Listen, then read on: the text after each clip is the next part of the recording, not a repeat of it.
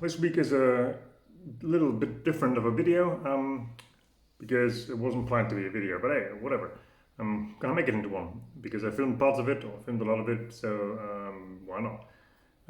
So a heads up, the idea here is buddy of mine, Joe, he was looking for a new car in terms of daily driver, some space to it, ideally like isofix for the kit, trailer hitch either there or available, readily available, and diesel, and first of all cheap, because he right now has something unnecessarily big and comfy and fast and all the good things, but it's impossible to get parts for, and it's a 2011 or so, or 9 or something like that, Hyundai Equus, a 4.6 Ultimate Edition or something like that, whatever. Big fat boat that's leaving, and some cheap, reliable-ish daily diesel is gonna move into his life. And so while he was looking in his area, I was looking in my area, and I found a few candidates, and I looked at a few candidates, and this is what you're gonna see here. Have fun. I'll do a quick run around for you, Joe. Yeah, mismatched bumpers hanging on, not all that great, whatever. Yeah, down here is the one side that's not too bad, I think, that's fine. In here, well loved, well used. Driver's seat ripped a little bit there. The rest is actually pretty good for the mileage. Yeah, I mean, look at the steering wheel. That's all used, all worn, leather, plastic. Yeah, I mean, almost 400,000 kilometers. Quality things lose. Oh yeah, more things lose. Yep, cool. Yeah, I mean, one thing is basically close to falling apart, probably. At least interior-wise, rattling. This is that thingy, not too bad. As I said, I don't believe there's any isofix here. So if isofix is like a knockout criterion, you ain't getting this car. If you take out those two seats, 3 with this mismatched one, you can put your bike in the middle and have the kid seat left or right.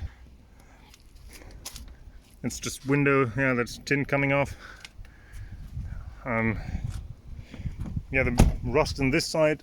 I mean, this has surprisingly little rust for an old Ford, but yeah, this down here, I'm not a fan of. I think this is the hole that he talked about, but this also doesn't, well, it looks pushed in, doesn't look all actually rotted through. So, I don't know, the rest down here, looks fine. So yeah, this is probably your main spot there. So yeah, what you just saw was the first car I looked at for Joe.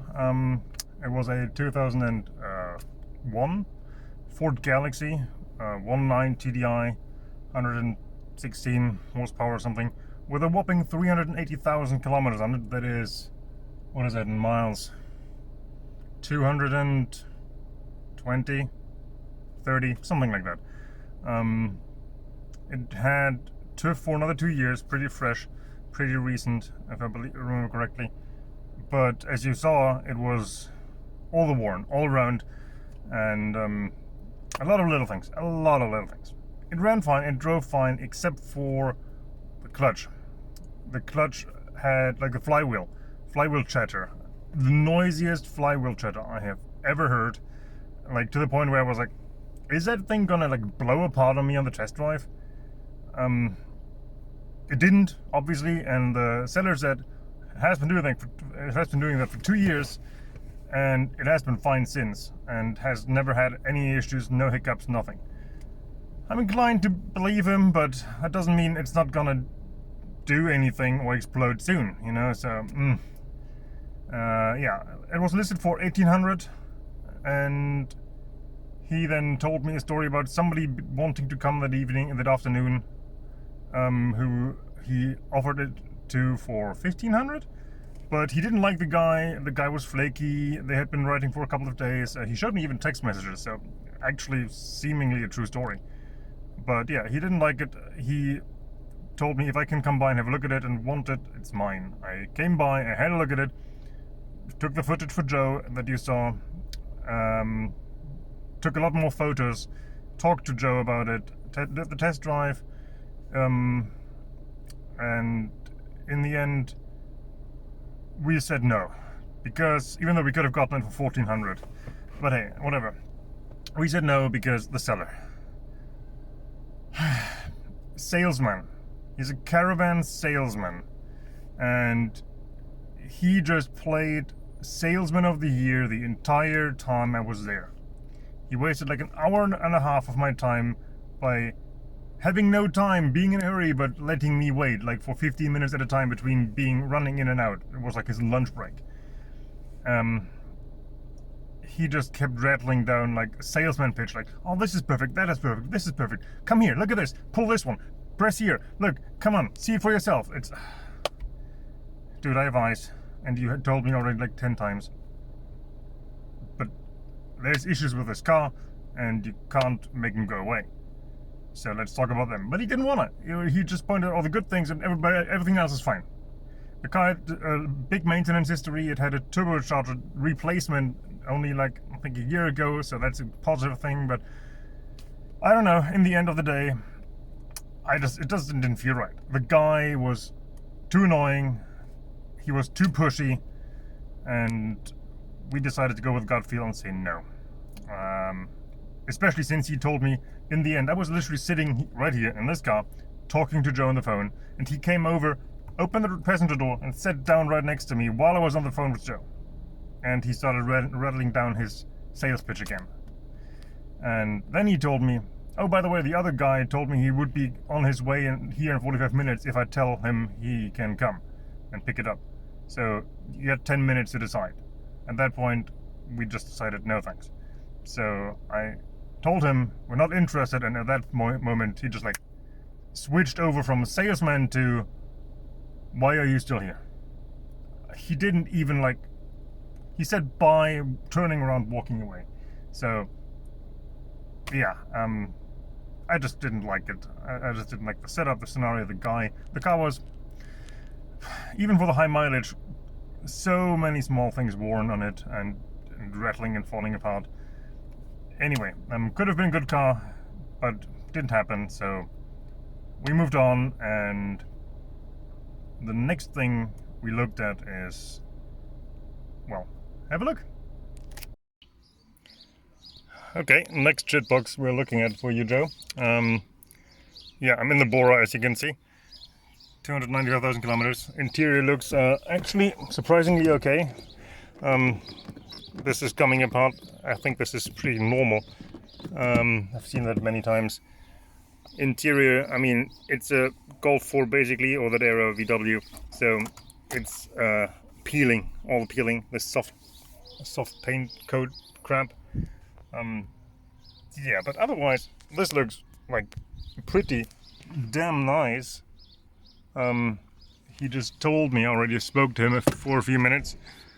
He just told me that they had it for second run at TÜV today, and because apparently it did fail, quote unquote. Well, it did fail, and they had to fix some things, and apparently those few things were a shock in the rear, but they replaced both, and it was apparently, what was it? Some lights. He wasn't sure. He said he can dig it out and show me. So, in the meantime, I'll have a look what's in here. If I can see something service history like. Yep. Come on, stop falling around and over. And anyway, replacement service doodad. What's that? DEKRA Hauptuntersuchung. That's a while ago, I guess. 2014, so that's 2016 TÜV. Yes, 2016 TÜV. Minor issues passed. Do we have service? Yes, we do have. Oh, we have service things. Shit. So this is the extended one, so I guess the first one was full. It's a good sign. 202, 220, 245, 256, 270, 281, 294. And that's like 1020, 294, 320. That's as of recently, basically. So yeah, that's basically fully serviced, assuming the other part is in here somewhere. Anyway, it's not relevant in this price class, really. So I'm just gonna tuck this bag in here. Okay, maybe it doesn't fit. There we go. Anyway, AC, auto AC, heated seats, I thought it said. Am I blind? Am I blind? Where are those? Filler cap. If it has heated seats, I don't know how to stop them. So maybe it doesn't. Nope, I actually don't think it has. I'm not sure if the ad said it or I'm making it up. One of the two things. Okay, so no heated seats. Anyway, working AC. Oh, that button is sticky. Kind of broken, maybe. This one works.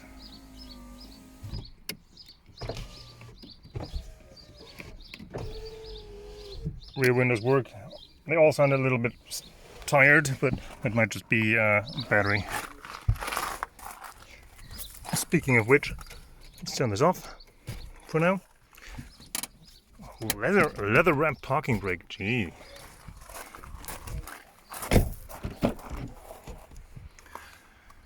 Back seat. Rust-wise, I saw here. This here, I'm not a big fan of this, but this is not crumbly at all. This is pretty solid still. Also, I think this is pushed in there. Don't think that's supposed to be like that, but again, I don't see meaningful rust there. The rest underneath here looks pretty good. Exhaust looks reasonably fresh. Back here is fine. Can't get to the other side right now because they parked that thing in here. Trailer hitch. It's there. Trunk is surprisingly rust-free, at least at a glance. Okay, maybe not rust-free, but focus. Looks like it was used for like a Handwerker, you know. Jesus, I can't word right now. I can't English. Yeah, it doesn't look amazing. It looks pretty decent for the mileage, but not amazing. I felt the fenders front and rear on this side. Can't feel any rust. Same on these fenders, seem okay. Although it has like dings and scratches, like a lot of scratches. It has some weird rust here. I'm not sure I've seen that before. It's like new, but TÜV didn't seem to give a crap, he said. So I guess. Yeah, the non-OEM headlights. Otherwise it looks pretty okay. I'll open, well, yeah, it's repainted, you know, little stone chips and whatnot. Oh, actually pretty big stone chips. Anyway, I'm gonna open the hood, have a look under there, and then I might start it. And he said I can at least test drive it around the area here because we don't have any plates right now, so I can't do a bigger test drive. Okay, quick look under the hood.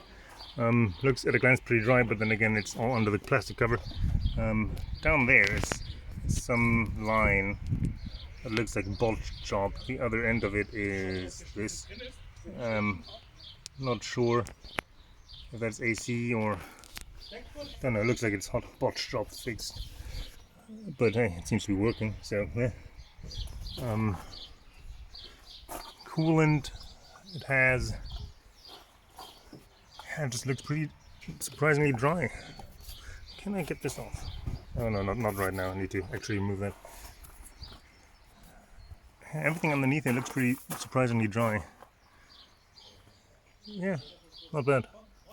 Okay, car number 2, as you saw, was a VW Bora. For you Americans, that's a Jetta of the Mark IV generation.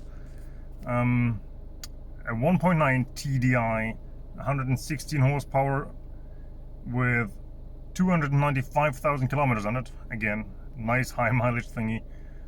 Solid maintenance history and fresh inspection, fresh TÜV from the dealer. And it's a 4Motion, so a 4-wheel drive. It has a trailer hitch, 4-wheel drive, diesel, wagon, isofix, manual. So ticked a lot of boxes, like a lot of boxes. And as you saw, I did a quick run around, and afterwards I went on a test drive, and I took a few seconds of footage of the test drive, so I'll throw that in here. So let's see if you can hear the whistle. Not that car, go away.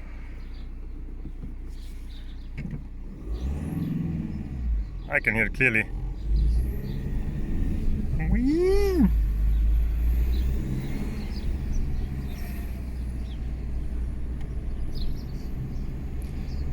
Yeah, but this thing actually power steering. I doesn't want to center too much. I guess it might be the all-wheel drive. I don't know. Feels fine. Yeah, I'll do some more driving without my phone, and I'll report back. Okay, I pulled over. Let's have a quick listen.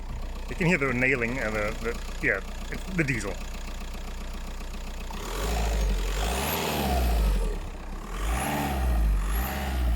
Yeah, that's definitely the most dominant diesel sound I've heard in a long time. Oh, no, turbo sound, not diesel. No, well, the diesel rattle too, but the turbo whistle is definitely the most dominant one I've heard in a while.